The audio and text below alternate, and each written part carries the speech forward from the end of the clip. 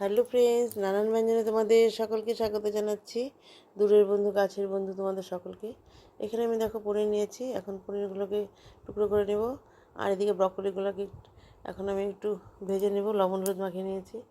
আর এদিকে এখন পনিরগুলোকে আমি গরম জলে একটু সিদ্ধ বসিয়েছি, আর হচ্ছে ভাপিয়ে নিচ্ছি আর কি।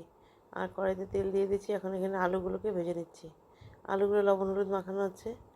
তো আলুগুলোকে ভেজে নামিয়ে নিয়েছি। এখন ওই তেলের মধ্যে এখন একটুখানি জিরা ফোড়ন দিয়ে নিলাম। জিরা ফোড়ন দিয়ে নিয়ে এখন এর মধ্যে ব্রকলিগুলোকে ভেজে নিচ্ছি। তো ব্রকলির মধ্যে লবণ হলুদ মাখানো আছে।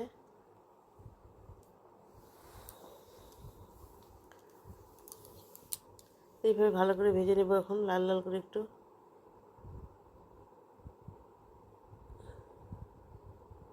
তো ভেজে নিয়ে এখন নামিয়ে নেব। আর এদিকে দেখো আদা আর কাঁচা লঙ্কা, আর এর মধ্যে এখন দিয়ে দেবো হচ্ছে কাজু কিশমিশ দিয়ে দেবো এর মধ্যে, একসঙ্গে পেস্ট করে নেব সব। এখন সব দিয়ে দিলাম। এখন এটাকে পেস্ট করে নেব। এদিকে কড়াইটা আমি একটু ধুয়ে নিয়েছি। এখন এর মধ্যে একটু আমি তেজপাতা ফোড়ন দিয়ে নিলাম। তেজপাতা ফোড়ন দিয়ে নিয়ে এখন এখন এর মধ্যে দেখো এদিকে আমার ডাল বসিয়ে দিয়েছি, ডালটাও হয়ে গেছে। তো তেজপাতা ফোড়ন দিয়ে এখন এর মধ্যে গরম মশলা দিয়ে দিলাম, এলাচ দারচিনি লং সব দিয়ে দিলাম। দিয়ে এখন এটাকে এর মধ্যে এখন দিয়ে দেবো হচ্ছে যে পেস্টটা বানালাম, আদা কাঁচা লঙ্কা কাজু কিশমিশ, এই পেস্টটা দিয়ে দিলাম। এদিকে দেখো ডালটাও হয়ে গেছে, ডালটাকে নামিয়ে নেব। এখন এই পেস্টটাকে দিয়ে ভালো করে নাড়িয়ে নিচ্ছি।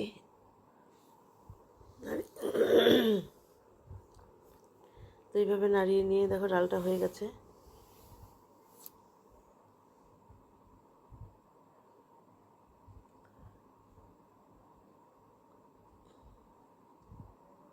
আর এদিকে আমি দেখো পেস্টটার মধ্যে একটুখানি সামান্য জল দিয়ে দিলাম। জল দিয়ে নিয়ে এখন এর মধ্যে দিয়ে দেবো হচ্ছে লবণ হলুদ দিয়ে দিলাম। লবণ হলুদ দিয়ে একটু ভালো করে মিশিয়ে নিয়েছি। মিশিয়ে নিয়ে এখন এর মধ্যে মশলা দিয়ে দেবো, জিরে গুঁড়ো ধনে গুঁড়ো দিয়ে দেবো, আর একটু লঙ্কার গুঁড়ো দিয়ে দিলাম।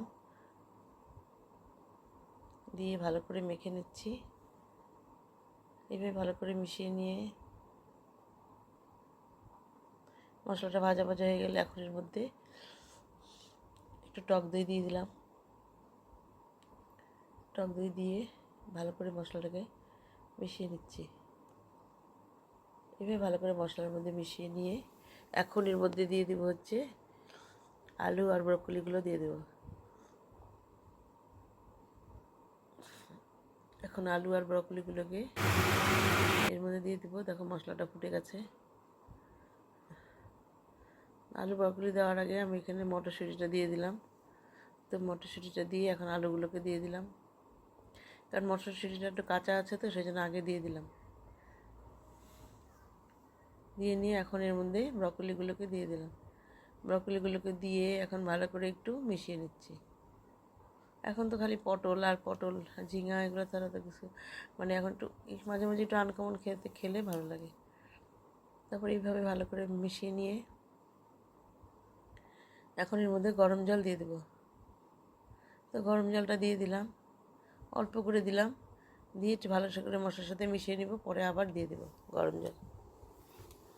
এখন অল্প করে বাটিটা ধুয়ে দিয়েছি। এইভাবে ভালো করে মিশিয়ে নিয়ে এখন এর মধ্যে দিয়ে দেবো হচ্ছে গরম জল। তো গরম জলটা দিয়ে দিলাম। গরম জলটা দিয়ে এখন ভালো করে মিলিয়ে নিব মশলার সাথে।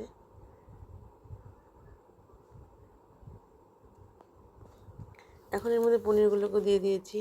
পনিরগুলোকে দিয়ে এখন মশলার সাথে মানে ঝোলের সাথে মিলিয়ে নিয়ে তারপর এখন এটাকে ফুটিয়ে নিব। এখনও ফুটেনি, তো আমি এখন দেখো ফোটা শুরু করেছে, ঢেকে দিয়েছিলাম। এখন এর মধ্যে সামান্য একটু গুড় দিয়ে দিলাম, কারণ নিরামিষ না, একটু মিষ্টি হলে ভালো লাগে। তো অল্প একটু গুড় দিয়ে দিলাম। দিয়ে এইভাবে ভালো করে মিশিয়ে নিচ্ছি। এভাবে ভালো করে ফুটিয়ে নিয়ে এখন এর মধ্যে একটু বাটার দিয়ে দিলাম। বাটারটা দিয়ে একটু ধনেপাতা দিয়ে দিলাম। ধনেপাতা দিয়ে এখন দেখো এদিকে বেগুন বসিয়েছি ডাল নামিয়ে।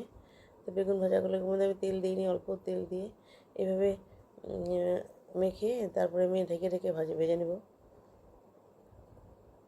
এখানে চালের গুঁড়ো দিয়ে মিশিয়ে নিয়েছি বেগুনগুলোকে।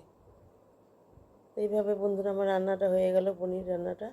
তো তোমাদের যদি ভালো লেগে থাকে তাহলে প্লিজ একটু কমেন্টস করবে ও সাবস্ক্রাইব করে পাশে আসবে। এখন আমি তরকারিটাকে অফ করে দিলাম। এখন আমি এটাকে সার্ভ করে দেবো। তো বন্ধুরা তোমরা সবাই ভালো থেকো, সুস্থ থেকো, নমস্কার, আমার পাশে থেকো।